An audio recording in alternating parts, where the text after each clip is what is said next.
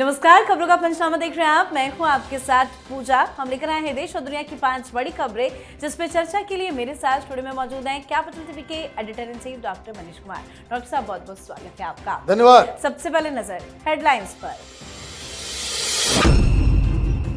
एक phone call और टूटी डील, मोदी ने ट्रंप को नहीं किया कॉल, ईगो हर्ट होते ही अटक गई भारत अमेरिका ट्रेड डील, अमेरिकी वाणिज्य मंत्री ने बताई वजह। ईडी रेड मामले में बंगाल से लेकर दिल्ली तक में जबरदस्त बवाल, ममता बनर्जी ने कोलकाता में निकाला पैदल मार्च तो दिल्ली में टीएमसी के सांसदों ने अमित शाह के दफ्तर के बाहर काटा बवाल। ईडी रेड पर कोलकाता हाईकोर्ट में टली सुनवाई, भारी भीड़ और हंगामे से नहीं हो सकी सुनवाई तो ईडी ने जल्द से जल्द सुनवाई की कर डाली अपील, पर अपील को हाईकोर्ट ने ठुकराया।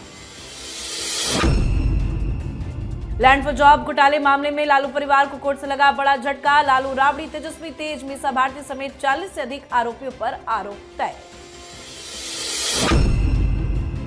ईरान में खामनेई विरोधी आंदोलन तेज, जगह जगह आगजनी, इंटरनेट फोन बंद, राष्ट्रपति ट्रंप ने दी हमले की चेतावनी। खबरों की शुरुआत में सबसे पहले बात फोन कॉल विवाद में फंसी ट्रेड डील की। अमेरिका के वाणिज्य सचिव हावर्ड लटनिक ने भारत अमेरिका ट्रेड डील को लेकर एक बड़ा खुलासा किया है। उन्होंने कहा कि दोनों देशों के बीच लंबे समय से यह व्यापार समझौता इसलिए अटका हुआ है क्योंकि प्रधानमंत्री नरेंद्र मोदी ने राष्ट्रपति डोनाल्ड ट्रंप से बात ही नहीं की। उन्होंने कहा कि ट्रेड डील के अटकलों की वजह कोई नीतिगत मतभेद नहीं, बल्कि पीएम मोदी का ट्रंप को सीधे फोन न करना है। दावा किया गया कि व्यापार समझौते को पूरी रूपरेखा तैयार कर दी गई थी, लेकिन उसे अंतिम रूप देने के लिए प्रधानमंत्री मोदी को ट्रंप से फोन पर बात करनी थी, पर भारत सरकार इसके लिए सहज नहीं थी और आखिरकार ये कॉल नहीं हो सकी। पीएम मोदी ने ट्रंप को फोन नहीं किया और फिर ट्रंप का ईगो हर्ट हो गया। सर, अमेरिका की तरफ से तो ये दावा किया गया कि ट्रंप इंतजार करते रह गए, पीएम मोदी ने फोन नहीं किया, लेकिन आज ही भारत सरकार की तरफ से ये कहा गया कि 2025 में पीएम मोदी और ट्रंप के बीच में 8 बार फोन कॉल पे बात हुई है। देखिए, 8 बार बातचीत हुई है और ट्रेड डील जो है वो एक अलग मसला है जी। 2 बातें उन्होंने कही। उन्होंने कहा कि देखिए, हर फ्राइडे का जो हमने डेडलाइन दिया कि आप हमारे साथ करार कर लीजिए, लेकिन ये शर्त रख दी कि करार तभी होगा जब प्रधानमंत्री मोदी डोनाल्ड ट्रंप के सामने बातचीत करेंगे, उनको कॉल करेंगे। प्रधानमंत्री ने नहीं किया, फिर उन्होंने कहा कि फिर दूसरा सप्ताह बीत गया, फिर तीसरा सप्ताह बीत गया, और इन द मीन टाइम जो डोनाल्ड ट्रंप कर रहे थे कि इंग्लैंड से पहले किया, फिर उसके बाद जो दूसरे के साथ किया, उससे टफर जो है मुआहदा जो है वो ज्यादा टफ करते चले गए। फिर उसके बाद जो हुआ वो लेयर वाइज वो वो अपनी कहानी सुना रहा है। इसका मतलब जिस तरीके से दुनिया के बाकी देशों झुक गए ट्रंप के सामने, भारत नहीं झुका। वो यही बता रहे हैं कि मोदी ने कॉल नहीं किया इसलिए डील नहीं हुआ। बड़ी अच्छी बात है।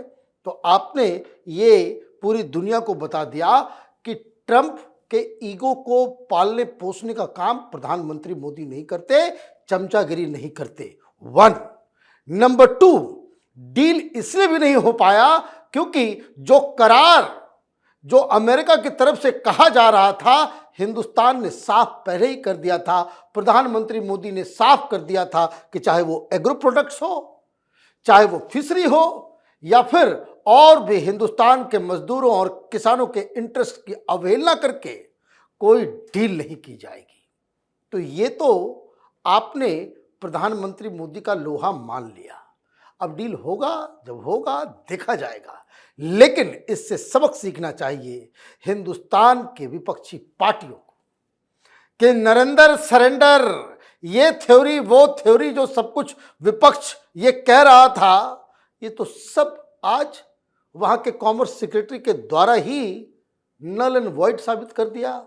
मतलब भारत अपने हिसाब से अपनी शर्तों पे डील करेगा।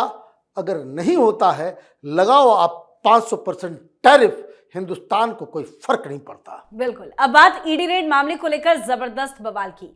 ईडी ने पॉलिटिकल कंसल्टेंट फर्म आईपैक के ऑफिस और उसके डायरेक्टर प्रतीक जैन के घर पर छापेमारी की। उसके बाद से बवाल मचा हुआ है। छापे को लेकर पश्चिम बंगाल से लेकर दिल्ली तक रण है। टीएमसी नेता सड़कों पर उतर आए हैं और जबरदस्त विरोध प्रदर्शन कर रहे हैं। ममता बनर्जी ने ईडी की कार्रवाई और केंद्र सरकार के विरोध में आज कोलकाता में मार्च निकाला, तो वहीं ईडी की छापेमारी के विरोध में तृणमूल कांग्रेस के सांसदों ने गृह मंत्री अमित शाह के कार्यालय के बाहर आज सुबह प्रदर्शन किया।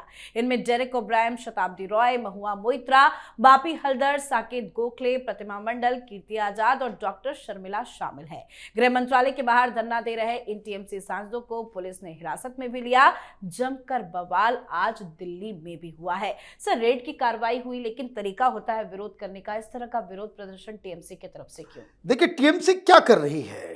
टीएमसी दरअसल एक हवाला ऑपरेटर, एक हवाला के केस की जांच को रोकना चाहती है। क्यों भाई? कोई क्यों रोकेगा? वो इसलिए रोकेगा क्योंकि इस हवाला कांड के छींटे वो टीएमसी के ऊपर आने वाली है। इसलिए वो ममता बनर्जी भागी भागी गई और जो काम नहीं करना था वो कर गुजरी। गलती हो गई तो गलती हो गई, तो स्ट्रेटजी क्या होती है पॉलिटिशियंस की कि चीजों को पॉलिटिकल बना दो ताकि फिर कोर्ट के अंदर वो मामला बड़ा लूज हो जाए। इसलिए सारी चीजें कर डाली और उसके बाद अमित शाह का नाम लेना शुरू कर दिया। फिर अमित शाह के घर के ऊपर, उनके दफ्तर के ऊपर आप धरना प्रदर्शन करोगे तो पुलिस ने घसीट घसीट के उसे वो लेकर के चले गए। अब ममता बनर्जी सड़क पे उतर आई है।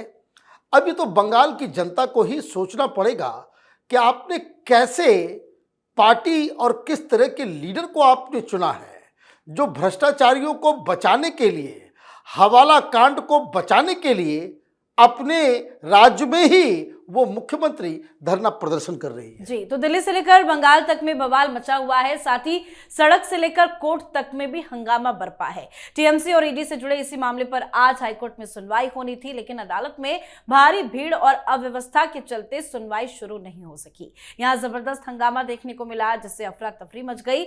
ऐसे में 14 जनवरी तक के लिए सुनवाई टाल दी गई है। हालांकि सुनवाई टलने के बाद ईडी ने हाईकोर्ट से गुजारिश भी की थी कि इस मसले पर जल्द से जल्द सुनवाई हो। ईडी ने अपनी याचिका में दावा किया है कि इस घटना में राज्य के सर्वोच्च राजनीतिक नेतृत्व की सीधी भागीदारी थी और पुलिस बल का दुरुपयोग किया गया। एजेंसी ने अदालत से आग्रह किया कि वो सीबीआई को एफआईआर दर्ज करने और मुख्यमंत्री सहित सभी संलिप्त व्यक्तियों की भूमिका की जांच करने का निर्देश दे। साथ ही मुख्यमंत्री ममता बनर्जी ने भी ईडी पर 2 एफआईआर दर्ज कराई है। सर, इतना इंपॉर्टेंट मसला है, ये मामला बड़ा होता जा रहा है, लेकिन आज हाईकोर्ट में सुनवाई क्यों नहीं हो पाई? हाईकोर्ट में सुनवाई इसलिए नहीं हो पाई क्योंकि हाईकोर्ट के अंदर जब सुनवाई शुरू हुई, 2:30 बजे का टाइम था, इतने सारे लोग आ गए। बताया जा रहा है पर टीएमसी समर्थित वकील जो हैं वो सारे लोग, इतना भीड़, इतना रकस, इतना केओस मच गया कोर्ट रूम के अंदर कि जज साहिबा ने कहा कि नहीं, हम नहीं सुन सकते। ये कोई कारण होता है? मतलब चोरी और सीनाजोरी इसी को कहते हैं। पश्चिम बंगाल एनआरकी की तरफ जा रहा है। हाईकोर्ट में भीड़ की वजह से सुनवाई ना हो, ये तो सुन के ही बड़ा अजीब लगता है। वहां कोई प्रशासन, कोई रूल कानून नहीं है क्या?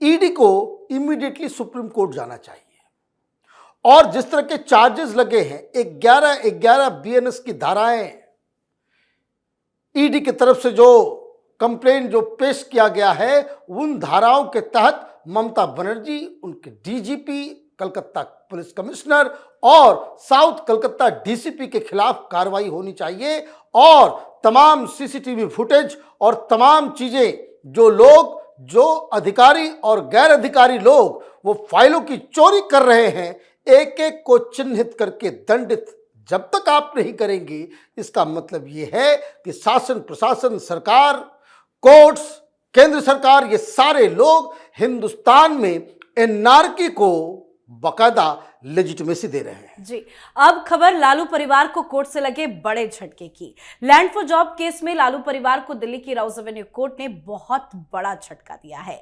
कोर्ट ने लैंड फॉर जॉब मामले में लालू प्रसाद यादव, राबड़ी देवी, तेजस्वी यादव, तेज प्रताप यादव, मीसा भारती समेत 40 से ज्यादा आरोपियों पर आरोप तय कर दिए। अदालत ने कहा कि लालू प्रसाद यादव और उनके परिवार ने आपराधिक सिंडिकेट की तरह काम किया। आरोपियों के बीच व्यापक आपराधिक साजिश के स्पष्ट संकेत है। कोर्ट के इस आदेश के बाद लालू परिवार पर अब मुकदमा भी चलेगा। सर, कोर्ट ने आरोप तो तय कर दिए, लेकिन जिस तरह से आज कोर्ट की तरफ से टिप्पणी आई वो तो बेहद शर्मनाक है। देखिए, इसमें सब लोग जेल जाएंगे। ये ओपन एंड शट केस है। बस देखना यही है कि हमारा जो न्यायिक व्यवस्था है वो कितना फास्ट और कितना जल्दी इसके ऊपर अमल करता है, कितना काम करता है। ये मामला बहुत ही सिंपल था। कैपिटल टीवी के दर्शकों को हम लोग शुरू से कह रहे हैं, ये ओपन एंड शट केस है। 200 ऐसे लैंड पार्सल्स हैं जिसमें नौकरी दी गई और जमीन लिखवाई गई। मतलब लालू यादव जिस समय रेल मंत्री हुआ करते थे, वहां 3rd और 4th ग्रेड की नौकरियों के लिए ये घूस नहीं ले रहे थे, क्योंकि गरीब लोग थे। गरीब, ये सोशलिस्ट अपने आप को कहते हैं। ये कहीं लाइनमैन है तो कहीं चपरासी है तो कहीं 4th ग्रेड के, उस तरह के लोगों से वो कहते थे कि हमारे पास तो पैसा नहीं है, जमीन तो है, जमीन लिख दो। तो ये जमीन 200 लैंड पार्सल लालू परिवार और उससे जुड़े हुए लोग और उनसे जुड़ी हुई कंपनियों को ट्रांसफर किया गया और अंततोगत्वा वो सब एक हाथ से दूसरे हाथ से तीसरे हाथ करके ये सब लालू परिवार के पास पहुंचा। इसीलिए इसमें तो सजा होना बिल्कुल तय लग रहा है। जी, अब बात आज की आखिरी खबर की। ईरान में सरकार के खिलाफ विरोध प्रदर्शन अब तेज हो गया है। ईरान के लोग खामेनेई के नेतृत्व वाली इस्लामी सरकार के खिलाफ सड़कों पर उतर आए हैं। लोगों का ये विरोध प्रदर्शन बढ़ती महंगाई, लड़खड़ाती अर्थव्यवस्था और सुरक्षा बलों की दमनकारी कार्रवाइयों के खिलाफ है। ईरान की सड़कों पर आजादी आजादी और खामेनेई मुर्दाबाद के नारे लगाए जा रहे हैं। देखते ही देखते देश के अलग अलग हिस्सों से हिंसा और आगजनी की घटनाएं भी सामने आने लगी है। प्रदर्शनकारियों ने सरकारी संपत्तियों को आग लगाना भी शुरू कर दिया। भारी प्रदर्शन को देखते हुए देश भर में इंटरनेट शटडाउन लागू कर दिया गया और इंटरनेशनल टेलीफोन कॉल भी बंद कर दिए गए। इस बीच ट्रंप ने एक बार फिर ईरान सरकार को चेतावनी दी है। ट्रंप ने कहा है कि अगर अधिकारी विरोध प्रदर्शनों पर ज्यादा सख्ती दिखाते हैं, प्रदर्शनकारियों की हत्या जैसे काम करते हैं, तो अमेरिका कड़ी कार्रवाई करेगा। सर, डोनाल्ड ट्रंप तो प्रदर्शनकारियों के साथ खड़े हैं, लेकिन उनकी रणनीति क्या है? क्यों वो चेतावनी दे रहे हैं? देखिए, वो उन्होंने चेतावनी दी तो खामनेई साहब ने भी चेतावनी दे दी। वो कह रहे हैं कि जो आंदोलन करने वाले लोग हैं वो अमेरिका को खुश करने वाले गद्दार हैं। देश को एकजुट रखने की आवश्यकता है। इंटरनेट बंद कर दिया गया, इंटरनेशनल कॉल्स बंद कर दिए गए और पिछले 24 घंटे में 40 लोगों को मार भी दिया।